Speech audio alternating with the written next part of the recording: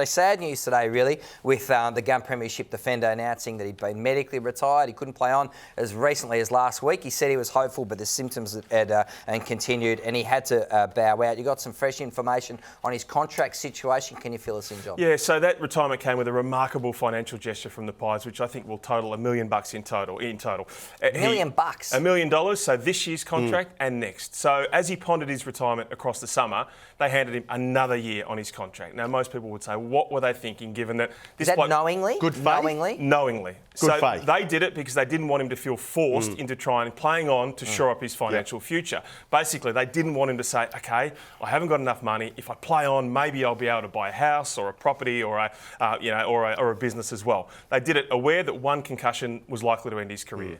My take, they basically did it trying to nudge him into retirement by saying, take the money, even though we might have to pay it in our cap next year. Now, as it turns out, he was medically retired by the AFL on Saturday, which he had not been. The AFL had ticked him off, medically approved him in December. So there was a significant risk to that all. He was still battling with migraines and anxiety. He will be paid in full to that contract. But I just think under Craig Kelly and under Craig McRae and Jeff Brown, this is a club that's trying to look after its players in a way that it didn't through the do better scenario. It didn't through, of course, the salary dump.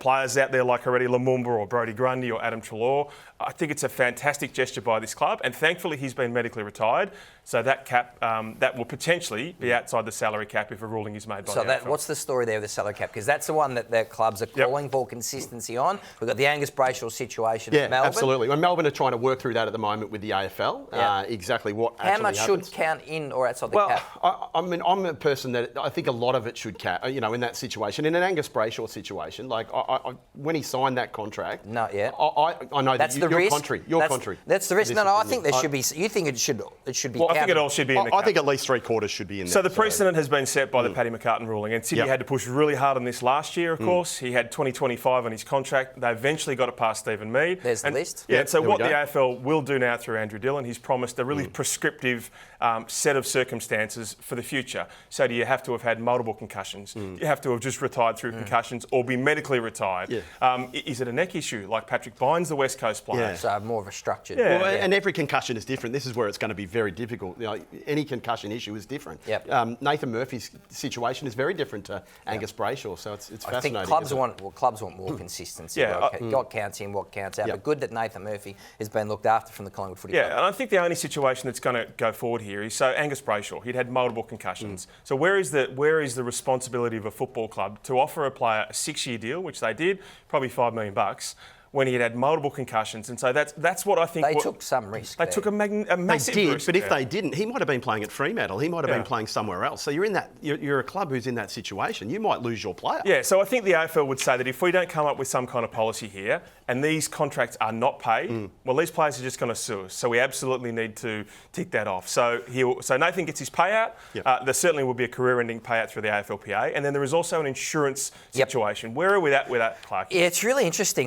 The AFL playing cohort don't think that the concussion coverage as part of the insurance and their super plans is good enough at the moment. In fact, to quote Geelong's Jake Kolodjasny, he says the insurance coverage isn't adequate. So some players are actually seeking out their own policies, extra coverage to help protect them, and they include Jake Kolodjasny, as I said, who's got extra coverage, as well as Tommy McCartan from Sydney, who's got some head knocks. So there's real flaws and holes, and concussion's massive, right? We're saying it's the biggest issue in the game. They've got to get this insurance policy absolutely right. They've got to beef it up because, John, if you do have a better, more watertight, a more bolstered insurance policy for these players, which is additional on top of the stuff you're talking about, then maybe we don't have the lawsuits. So if the player gets $1 million or whatever, we don't have all these players going to court. So Adriana Oroskov, she's the one who's helped Paddy McCartan, who I can tell you really recently has got the insurance payout. Took a long time and a lot of hard work, as well as Cade Kolodjasny and Marcus Adams. So Nathan Murphy will follow in Paddy, etc.'s footsteps to try and get this payment because it's ended careers, it changes lives, etc. Nathan Murphy's still dealing with the after effects. So, but currently, as Jake Kolodjasny says, the current insurance policy, quite unbelievably, isn't adequate. So it's a big talking point inside of football at the moment. Western Bulldogs, absolutely massive story over the past 72 hours, guys. And Tom Liberatore, it was an extraordinary situation. He fell over. We saw Darcy Parish try to pick him up. You've been making some calls on this today, Glenn. What can you tell us about it? It was really disturbing, wasn't it? Everyone saw it, and it was a very difficult situation across the board. And I can tell you that Tom Liberatore, over the last 48 hours, has undergone a number of tests. And I'm not just talking about concussion tests. I'm talking about, tests about his heart, his lungs, everything. What's it come up? The full gamut.